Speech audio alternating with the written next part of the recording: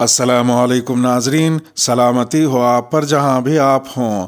Calendar پر آج تاریخ ہے 23 شعبان المعظم، انگریزی تاریخ 27 مارچ ہے۔ اپنے میزبان راہی حجازی سے عالمی خبریں سنیے۔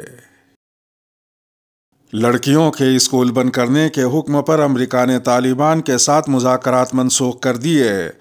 لڑکیوں کے اسکول بند کرنے کا حکم جاری کرنے پر امریکہ کی جو بائیڈن حکومت نے طالبان سے مذاکرات منسوخ کر دیے ہیں۔ افغانستان اور امریکہ کے مابین مذاکرات دوحہ میں ہونے والے تھے۔ تفصیلات کے مطابق دوحہ میں جو بائیڈن اور طالبان حکومتیں معاشی امور پر مذاکرات کرنے والی تھیں، تاہم لڑکیوں کے اسکول کھولنے کے بعد دوبارہ بند کرنے کے اعلان پر طالبان سے مذاکرات منسوخ کیے گئے۔ دوحہ میں طالبان کے نمائندہ دفتر کے سربراہ سہیل شاہین نے AFP کو بھیجے گئے تحریری پیغام میں کہا کہ طالبان کی لڑکیوں کی تعلیم کے خلاف کوئی پالیسی نہیں ہے۔ ان کے مطابق چند مسائل ہیں جنہیں پہلے حل کرنے کی ضرورت ہے۔ بدقسمتی سے 23 مارچ کو گرلز اسکول کھولنے کی ڈیڈ لائن سے قبل یہ مسائل حل نہیں کیے گئے۔ دوسری جانب 26 مارچ کو ایک سرکاری خط میں طالبان حکام نے تمام سرکاری وزارتوں اور محکموں کو ہدایت کی ہے کہ وہ سرکاری خطوط ہجری قمری کیلنڈر کے مطابق لکھیں۔ حکومتی امور کے ڈپٹی ڈائریکٹر اور طالبان انتظامیہ کے سربراہ شیخ نور الحق انور کے دستخط شدہ خط میں حکومتی وزارتوں اور محکموں سے کہا گیا کہ وہ اب سے سرکاری خطوط ہجری قمری کیلنڈر کے مطابق لکھیں۔ طالبان کا یہ حکم ان کی حکومت کے پہلے دور میں پورے افغانستان میں نافذ کیا گیا تھا، کیونکہ انہوں نے شمسی کیلنڈر کو افغانستان کے سرکاری کیلنڈر کے طور پر قبول نہیں کیا تھا۔ ادھر دوسری جانب امریکہ کے نمائندے خصوصی برائے افغانستان تھامس ویسٹ نے ہفتے کو کہا کہ واشنگٹن کو امید ہے کہ افغان طالبان آنے والے دنوں میں طالبات کو اسکولوں سے دور رکھنے کا فیصلہ واپس لے لیں گے۔ مذاکرات کی قیادت کرنے والے تھامس ویسٹ نے دوحہ فورم کو بتایا، مجھے امید ہے کہ آنے والے دنوں میں ہم دیکھیں گے کہ یہ فیصلہ واپس لے لیا گیا ہے۔ تکمیلی تلبینہ، طاقت، صحت اور شفا کے لیے سنت اور طب نبوی کا بہترین نسخہ ابھی آرڈر کریں۔ کم پیسے میں ہمارے ساتھ بزنس شروع کریں۔ بھارت بھر سے ڈسٹریبیوٹر بننے کے لیے کال کریں 8698242261۔ Takmeeli herbal health care Malegaon India. Jamiat Ulema Islam کے کارکن اسلام آباد میں نون لیگ کا قافلہ گجرانوالہ سے نکلے گا۔ پاکستان میں اپوزیشن اتحاد PDM میں شامل جماعتوں کے کارکنوں کا اسلام آباد کی جانب مارچ جاری ہے۔ اتوار کو مسلم لیگ نون کے کارکن گجرانوالہ سے اسلام آباد کی جانب مارچ شروع کریں گے۔ مریم نواز اور حمزہ شہباز کی قیادت میں نون لیگ کی ریلی کے شرکاء نے لاہور سے سفر کا آغاز کیا تھا اور رات گجرانوالہ میں پڑاؤ ڈالا۔ نون لیگ کے میڈیا سیل کی جانب سے بتایا گیا کہ اتوار کو 3 بجے گجرانوالہ میں جلسہ عام ہوگا، جس کے بعد اسلام آباد کی جانب سفر کا دوبارہ آغاز کیا جائے گا۔ گزشتہ رات مریم نواز نے مارچ کے شرکاء سے اپنے خطاب میں کہا کہ ابھی 3.5 سال ہوئے ہیں اور لوگ لندن میں بیٹھے نواز شریف کو واپس آنے کے لیے آوازیں دے رہے ہیں۔ ادھر PDM میں شامل دوسری بڑی پارٹی جمعیت علماء اسلام کے کارکنوں کی ایک بڑی تعداد اسلام آباد پہنچی، جنہوں نے سیکٹر H9 کے میدان میں پڑاؤ ڈالا ہے۔ مولانا فضل الرحمان نے رات گئے کارکنوں سے خطاب میں تحریک انصاف کی حکومت اور وزیر اعظم عمران خان پر شدید تنقید کی۔ انہوں نے کہا کہ ان کے سارے سہارے ٹوٹ چکے ہیں، ان کا کندھا خالی ہو چکا ہے اور اب ان کے لیے ایک ہی راستہ ہے کہ استعفیٰ دے کر گھر چلے جائیں۔ ادھر دوسری جانب اتوار کو اسلام آباد کے پریڈ گراؤنڈ میں حکمراں جماعت تحریک انصاف جلسہ کر رہی ہے، جس کو وزیر اعظم عمران خان کی جانب سے عوامی طاقت کا ایک بہت بڑا مظاہرہ قرار دیا جا رہا ہے۔ اسلام آباد کے مختلف شاہراہوں پر تحریک انصاف کے جلسے کے بینرز آویزاں ہیں، جن میں وزیر اعظم کے مشیروں کی جانب سے دوسرے شہروں سے آنے والے کارکنوں کو خوش آمدید کہا گیا ہے۔ اسلام آباد میں پولیس نے سیاسی جلسوں کی وجہ سے شہر میں ٹریفک کی روانی میں خلل پیدا ہونے کے خدشے کے پیش نظر شہریوں سے کہا ہے کہ وہ غیر ضروری سفر سے گریز کریں۔ میانمار کے مسلمانوں کی نسل کشی پر امریکہ اور برطانیہ کا نئی پابندیوں کا اعلان۔ امریکہ کی جو بائیڈن حکومت اور برطانوی وزیر اعظم بورس جانسن نے میانمار کے مسلمانوں پر مظالم کو نسل کشی قرار دیے جانے کے بعد میانمار فوج پر نئی پابندیوں کا اعلان کیا ہے۔ گزشتہ برس بغاوت کے بعد عسکری حکومت نے مظاہروں پر خوریز کریک ڈاؤن کیا تھا، جسے 1 سال مکمل ہو چکا ہے۔ واضح رہے کہ اس سے قبل امریکی حکومت نے میانمار میں روہنگیا مسلمانوں کے قتل عام کو نسل کشی قرار دیا تھا۔ امریکی انڈر سیکریٹری برائن نیلسن نے اپنے ایک بیان میں کہا کہ میانمار کی فوج جبر و ظلم کو اپنا وتیرہ بنا چکی ہے۔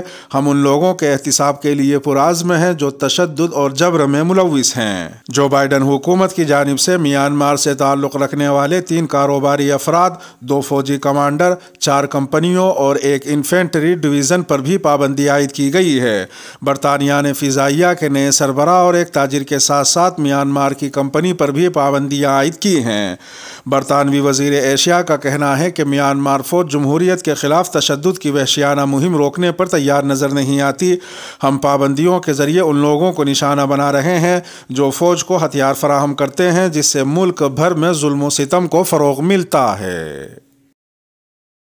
سعودی عرب میں لاؤڈ اسپیکر پر اذان کی آواز دھیمی رکھنے کی ہدایت، کیمرے پر بھی لگائی پابندی۔ سعودی عرب میں مساجد سے نماز کی براہ راست نشریات پر پابندی اور اذان کے لیے لاؤڈ اسپیکر کی آواز مدھم رکھنے کی ہدایت کی گئی ہے۔ عرب میڈیا کے مطابق اسلامی امور کی وزارت کی جانب سے مساجد کو رمضان کے تناظر میں ہدایات جاری کی گئی ہیں، جس کے تحت مساجد میں آؤٹ ڈور لاؤڈ اسپیکر کا استعمال صرف اذان اور اقامت کے لیے کیا جا سکے گا۔ وزارت نے یہ بھی ہدایت کی کہ لاؤڈ اسپیکر پر اذان کے لیے ایمپلیفائر کا والیوم 1/3 سے زیادہ نہیں ہونا چاہیے۔ اسی طرح نماز کے دوران اماموں اور نمازیوں کی فلم بنانے کے لیے مساجد میں کیمروں کے استعمال پر بھی پابندی عائد کر دی گئی۔ سعودی وزارت اسلامی امور نے ہدایت نامے میں یہ بھی کہا کہ مساجد انتظامیہ کو افطار کرانے کے لیے پہلے منظوری لینا لازمی ہے۔ اسی طرح غیر سرکاری تنظیموں سے بھی مطالبہ کیا گیا ہے کہ وہ مساجد میں نمازیوں کو افطار کرانے کے لیے مساجد کے اماموں سے رجوع کریں۔ ساتھ ساتھ افطار پارٹیوں کا انعقاد کرنے والے پرائیویٹ گروپس اور افراد کو بھی میونسپلٹی کی طرف سے لائسنس یافتہ دکانوں سے کھانا خریدنے، اسراف سے بچنے اور فضول خرچی کرنے سے گریز کرنے کی ہدایت کی گئی ہے۔ واضح رہے کہ سعودی عرب کی سپریم کورٹ نے 1 اپریل بروز جمعے کو رمضان المبارک کا چاند دیکھنے والوں سے شہادت جمع کرانے کا مطالبہ کیا ہے۔ فلکیاتی حساب سے سعودی عرب میں رواں برس رمضان المبارک کا آغاز 2 اپریل سے ہوگا۔ دنیا کو طویل لڑائی کے لیے تیار رہنا چاہیے۔ امریکی صدر جو بائیڈن نے ہفتے کو روسی افواج کے خلاف یوکرین کی مزاحمت کو آزادی کی عظیم جنگ کے طور پر پیش کرتے ہوئے کہا کہ دنیا کو آگے کی طویل لڑائی کے لیے تیار رہنا چاہیے۔ خبر رساں ایجنسی AFP کے مطابق پولینڈ کے دارالحکومت وارسا میں خطاب کرتے ہوئے جو بائیڈن نے کہا کہ روس نے جمہوریت کا گلا گھونٹ دیا اور وہ ہر جگہ ایسا کرنے کی کوشش کر رہا ہے۔ انہوں نے یوکرین کو مخاطب کرتے ہوئے کہا کہ ہم آپ کے ساتھ کھڑے ہیں۔ ادھر دوسری جانب کیف کے گورنر کے مطابق روسی افواج نے یوکرین میں سلاوٹیچ کا کنٹرول سنبھال لیا ہے، جہاں ناکارا چرنوبل جوہری پلانٹ کے کارکن رہتے ہیں۔ کیف کے گورنر نے اپنی آن لائن پوسٹ میں یہ نہیں بتایا کہ قصبے پر روس کی جانب سے کس طرح قبضہ کیا گیا، لیکن لکھا کہ کچھ رہائشیوں نے یوکرین کا ایک بڑا جھنڈا لہرایا اور احتجاج میں گلوری ٹو یوکرین کا نعرہ لگایا، جس کے بعد روسیوں نے قصبے کے وسط میں یوکرین حامی احتجاج کو منتشر کرنے کے لیے ہوائی فائرنگ کی اور ہجوم پر اسٹن گرینیڈ پھینکے۔ خبر رساں ادارے روئٹرز کے مطابق روس کی جانب سے سلاوٹیچ پر قبضے کے بارے میں فوری طور پر کوئی تبصرہ نہیں کیا گیا۔ ادھر ایک اور خبر میں جمعے کو سینئر روسی جنرل نے ایک بیان میں کہا کہ آپریشن کے پہلے مرحلے کے اہم کام مکمل ہو چکے ہیں۔ ان کا کہنا تھا کہ یوکرینی فوج کی لڑائی کی صلاحیت کو کافی حد تک کم کر دیا گیا ہے، جس سے اب روس کے پاس مرکزی مقصد دونبیس کی آزادی حاصل کرنے پر توجہ مرکوز کرنے کا موقع ہے۔ دونبیس خطے میں روس نواز علیحدگی پسند 2014 سے یوکرینی فوج سے لڑ رہے ہیں۔ 24 فروری کو روسی حملے کے بعد انہوں نے آزادی کا اعلان بھی کیا، جس سے مغربی ممالک نے تسلیم نہیں کیا ہے۔ ایک چوتھی خبر میں روسی افواج کے زیر محاصرہ ماریوپول شہر سے بچ کر نکلنے والے یوکرینی شہری تباہی اور لاچاری کی کہانیاں سنا رہے ہیں۔ ان کا کہنا تھا ماریوپول میں اب کچھ نہیں ہے، کوئی اسپتال نہیں، کوئی تھیٹر نہیں، کوئی گیلری نہیں، کچھ نہیں، کوئی اسکول نہیں، کوئی نرسری نہیں، سب تباہ ہو گیا ہے، گھر تباہ ہو گئے ہیں، بس وحشت ہے۔ انہوں نے بتایا کہ جگہ جگہ فوجی ہیں اور گولیاں چل رہی ہیں۔ اسپتال کے ڈیلیوری سینٹر کے پاس بطخ کے بچوں کی پیدائش۔ امریکہ میں ایک اسپتال کے میٹرنٹی ڈیلیوری سینٹر کے قریب غیر معمولی زچگی کا واقعہ پیش آیا ہے، جہاں ایک جانور نے بچوں کو جنم دیا۔ امریکی ریاست فلوریڈا کے جیکسن ویل نامی ساحل سمندر پر موجود میڈیکل سینٹر نے فیس بک پوسٹ میں بتایا کہ ڈیلیوری سینٹر کے صحن میں ایک بطخ کے 10 انڈے ٹوٹے تھے، جن میں سے سارے بچے صحیح سلامت نکلے۔ عملے نے بتایا کہ ڈیلیوری سینٹر کے صحن سے باہر جانے کا براہ راست راستہ کوئی نہیں تھا، جس کی وجہ سے بطخ اور اس کے بچوں کو اسپتال کی عمارت کے اندرونی حصے سے لے جاتے ہوئے خارجی دروازے سے الوداع کہا گیا۔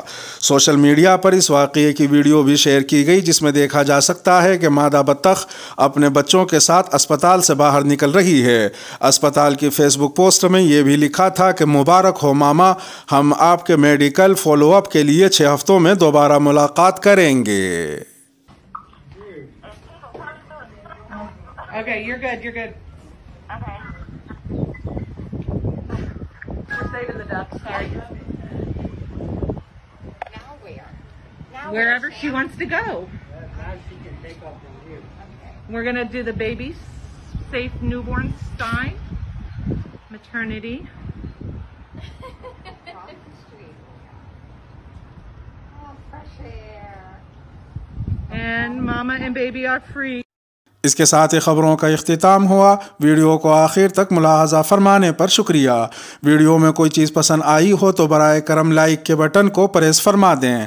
ملتے ہیں شام 8 بجے انڈیا کی خبروں والی اگلی ویڈیو میں، اور اگر آپ 8 بجے کے بعد یہ ویڈیو دیکھ رہے ہوں تو وہ ویڈیو آپ کی اسکرین پر نمودار ہو رہی ہوگی، تھم نیل پر ٹچ کر آج کے انڈیا کی خبریں بھی سن سکتے ہیں۔